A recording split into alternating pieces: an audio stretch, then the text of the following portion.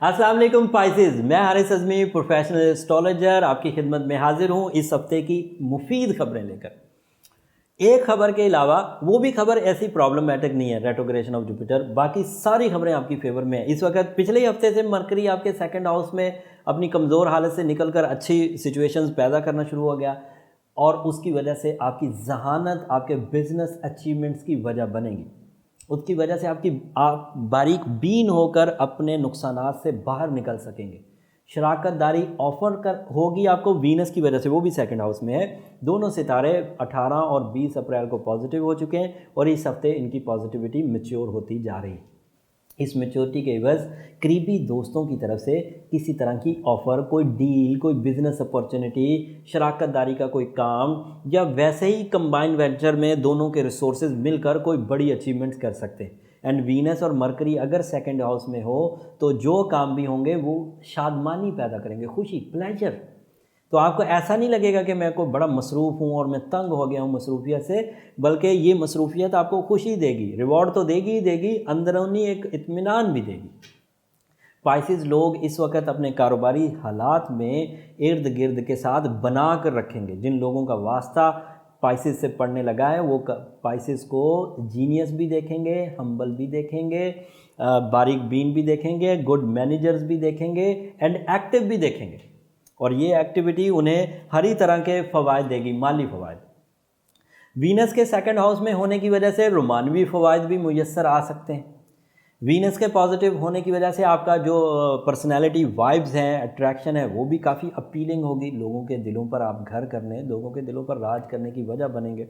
उसके अलावा आपके यहाँ मार्स जो है ये चौथे घर में है। ये ज़िंदगी में इलेक्ट्रॉनिक्स के आलात या जो ऐसे आलात होते हैं जो ज़िंदगी में कुछ आसाइश पैदा करते हैं, उसकी तरफ आपका रुझान बढ़ जाएगा। तो आप अपग्रेड करने की चीज़ें कोशिश करेंगे, अपनी ज़िंदगी की आसाइशों को अपग्रेड करने की कोशिश करेंगे। उसके अलावा आपके पास सन, जो सबसे बड़ी खबर है, सूरज इस वक्त थर्ड हाउस में यूरेनस के साथ आकर मर्ज हो चुका है। 21 को हो जाएगा। थर्ड हाउस अजीज़ व अकारब का घर है। इस वक्त आपके यहाँ सन का थर्ड हाउस में आना आपके फैसले डोमिनेट करेंगे।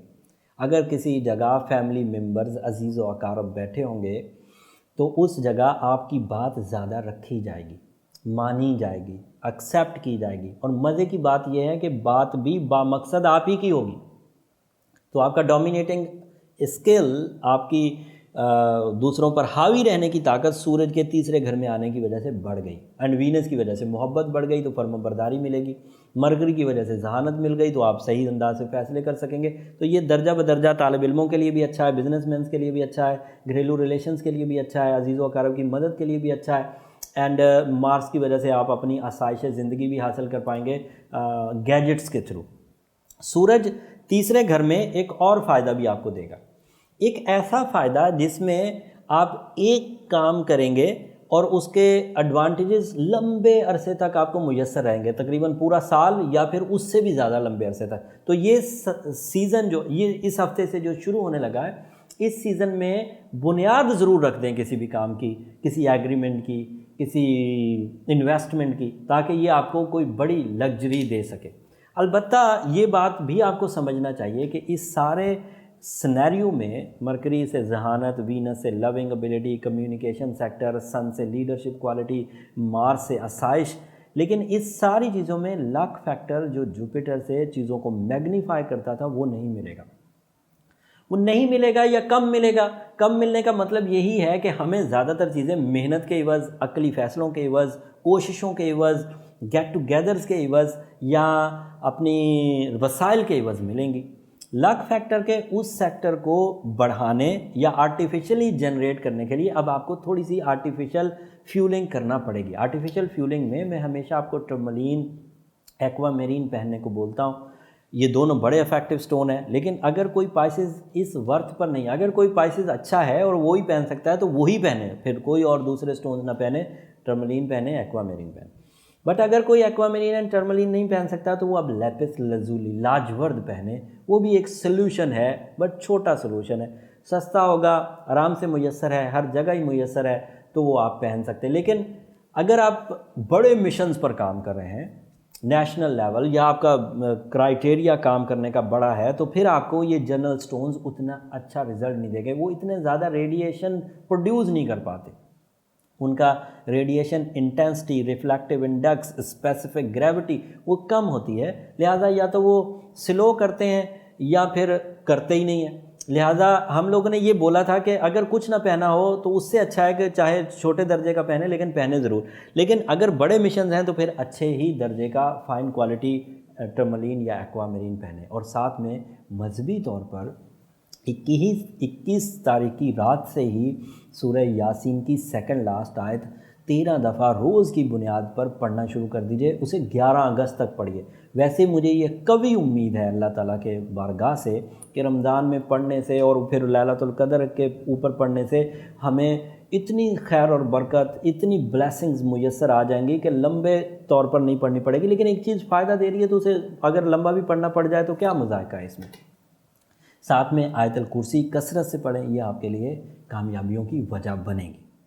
अपने सेहत का खुसूसी ध्यान रखिए।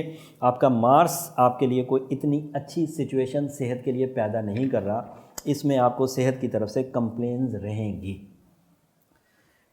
मुख्तलिफ़ तरह की, कमज़ोरी की शक्ल में हो, वायरल इन्फेक्शंस की शक्ल में हो, लेकिन आपकी अद्वियात का इस्तेमाल बढ़ा रहेगा।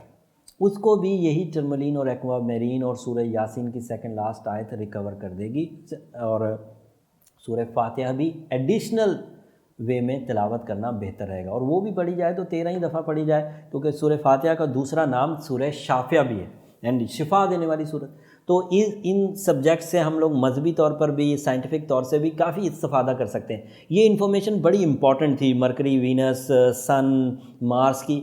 अगर आप इन्हें समझ कर चलेंगे तो अपने वक्त से भरपूर तरीके से फ़ायदा उठा सकेंगे। जनरल पीपल की तरह नहीं कि वक्त उन्हें जिधर को ले जाए वो उधर को ही चले जाते हैं।